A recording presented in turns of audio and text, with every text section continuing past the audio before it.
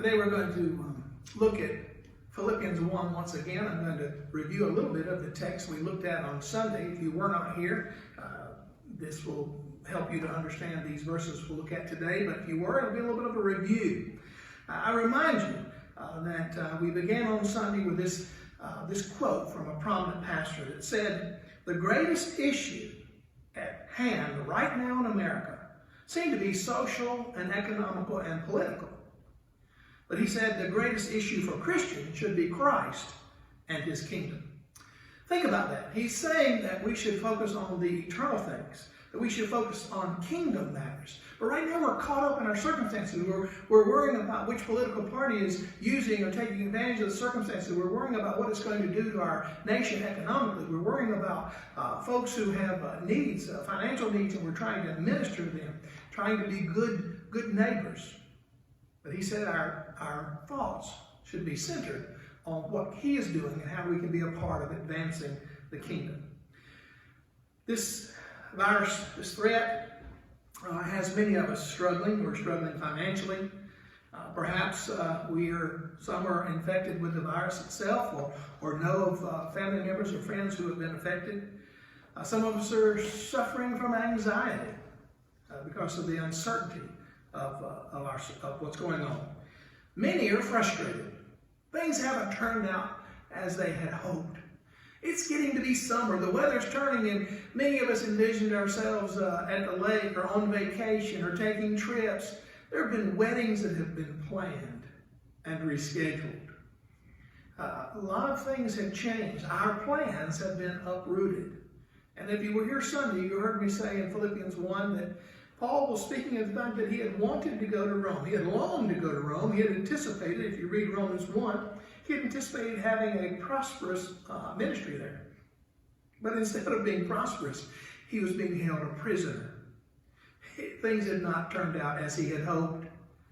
And that's where we find ourselves today. So I think we can look at this text here in Philippians 1, and we can hopefully we can at least relate a little bit of what's going on in his ministry and equate it to ours. We love to hear the stories, the good stories of people who have gone through adversity.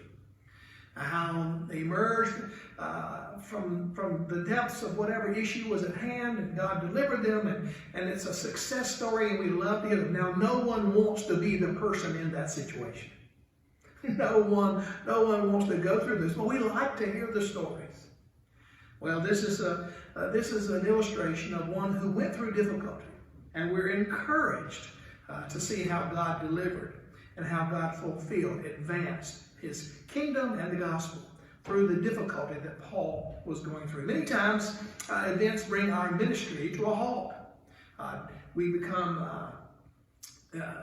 distracted and discouraged.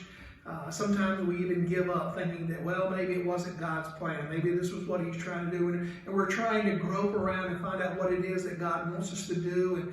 And yet Paul is reminding us that things did not go as he had hoped, but yet he was being faithful to his ministry. Now, you're thinking to yourself, well, preacher, I don't have a ministry. I'm not a Sunday school teacher. I'm not a deacon. I don't preach. Well, let me just explain to you that many people who are serving the Lord are doing so in small ways, and we'll talk about that in just a moment. The Bible records many events of people who went through difficult times, and Paul was one of them. He finds himself here in Rome, probably under house arrest, and the custom was to be shackled. If you were here Sunday, we said he's probably shackled to a Roman soldier. And people are coming into his home and out of his home, and he's talking and sharing and encouraging and preaching and teaching. And Paul says in the text we looked at on Sunday that God was using him. Let me read to you what he says. He says, "I want you to know, brethren." Now he's writing to the people who are concerned. He's writing to people in Philippi because they're concerned about his well-being. They're discouraged because the main preacher, the main person they look to in their life is being held captive. And here's what he writes. "I want you to know, brothers, that what has happened to me has served to advance the gospel." Now that word advance, if you were here Sunday, we said that it's the word that would have been used to describe those who would go ahead of an army to clear out timber, to make a way for the army to travel. He says, it has really served to advance, to further the gospel, so that it has become known throughout the whole imperial guard and to all the rest that my imprisonment is for Christ.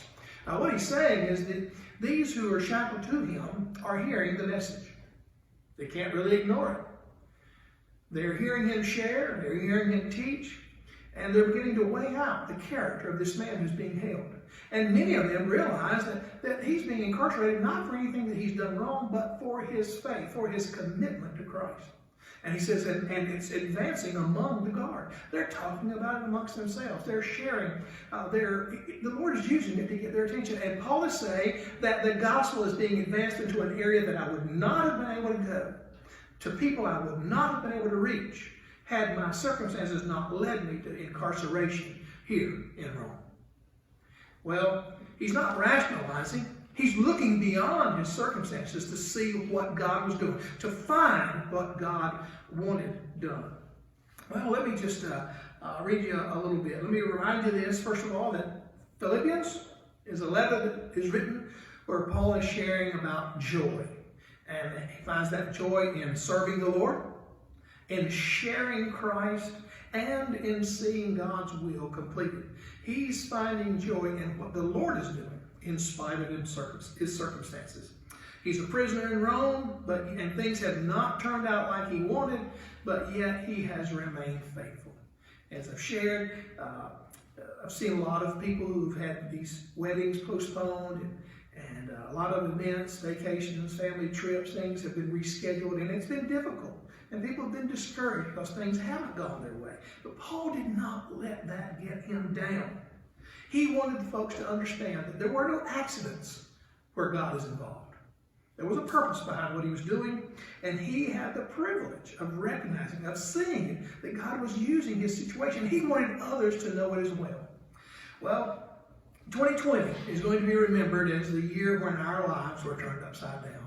When all of our plans didn't turn out as we had hoped they would. As I mentioned, vacations, weddings, trips, they didn't occur. They didn't take place. And we became discouraged. But consider this. We've had drive-up church. We've had online messages. Paul's pulpit was a house arrest shackled to a Roman soldier. But yet he was not discouraged. He found joy in being faithful. We're only inconvenienced. He's being faithful to his ministry. Well, you're thinking to yourselves, I don't have a ministry per se, Pastor. What exactly do I do? Well, many of you do a great number of things that you didn't even consider. Remind you of a fella who told me years ago when he first joined the church. Here's what he said. He said, "Preacher, I'm never going to be a Sunday school teacher. Probably not going to be elected deacon. But I'm going to sit back there in my pew, and I'm going to faithfully write my checks each week and support the ministry of this church. Don't want to serve on any committee, but I'll support those who do." You see, he found his ministry. Folks, your views of our online messages are a ministry. They serve as an encouragement, not only to the staff, but to others. Your attendance at our drive-up services, they are a ministry.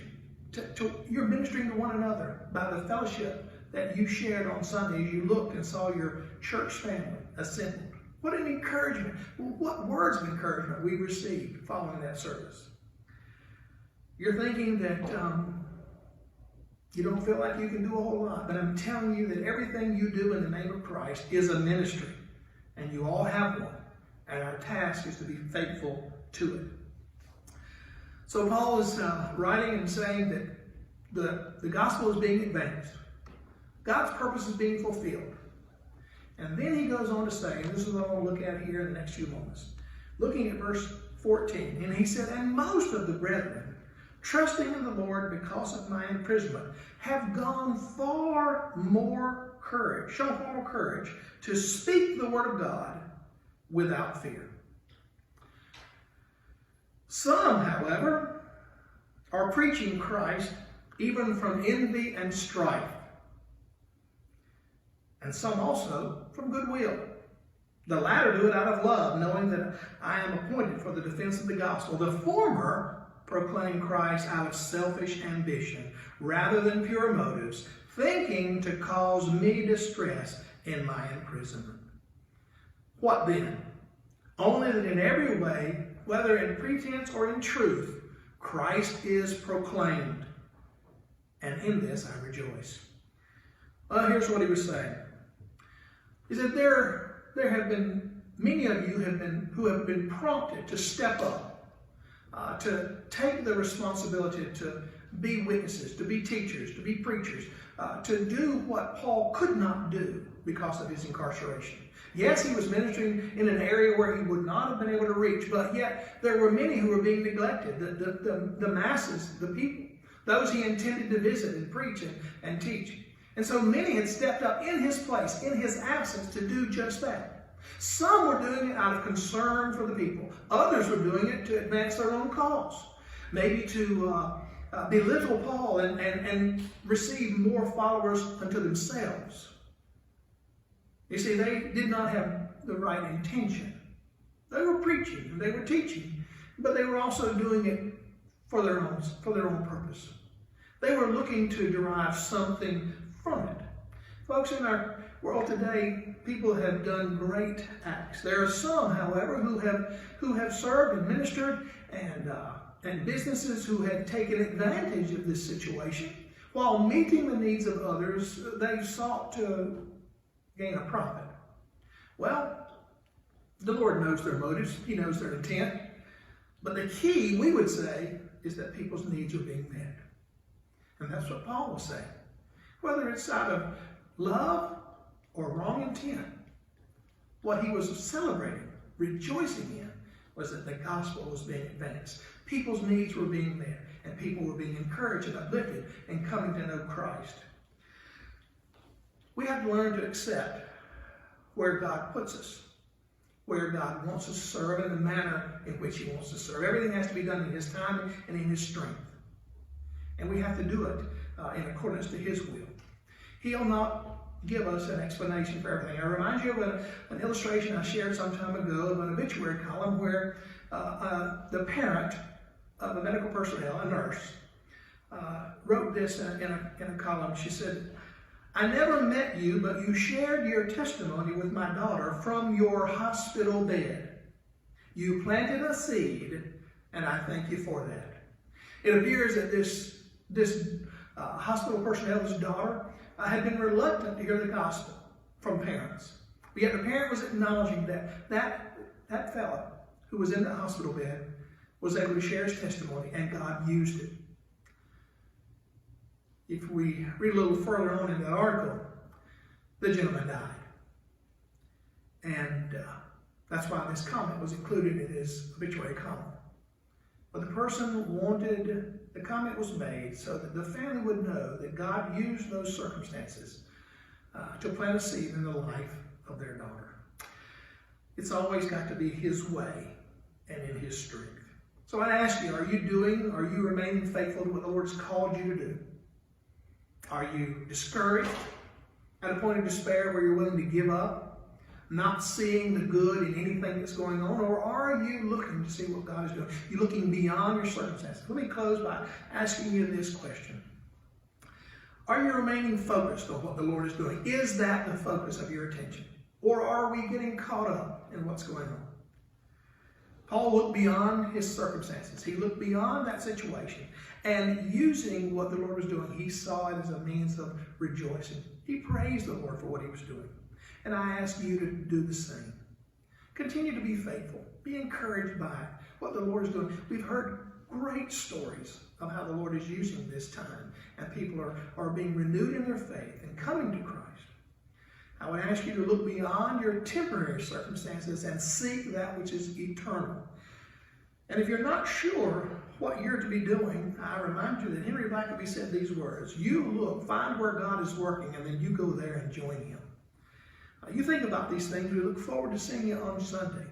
And I look forward to hearing more stories about how God is using this circumstance, this situation in your life and in the lives of others.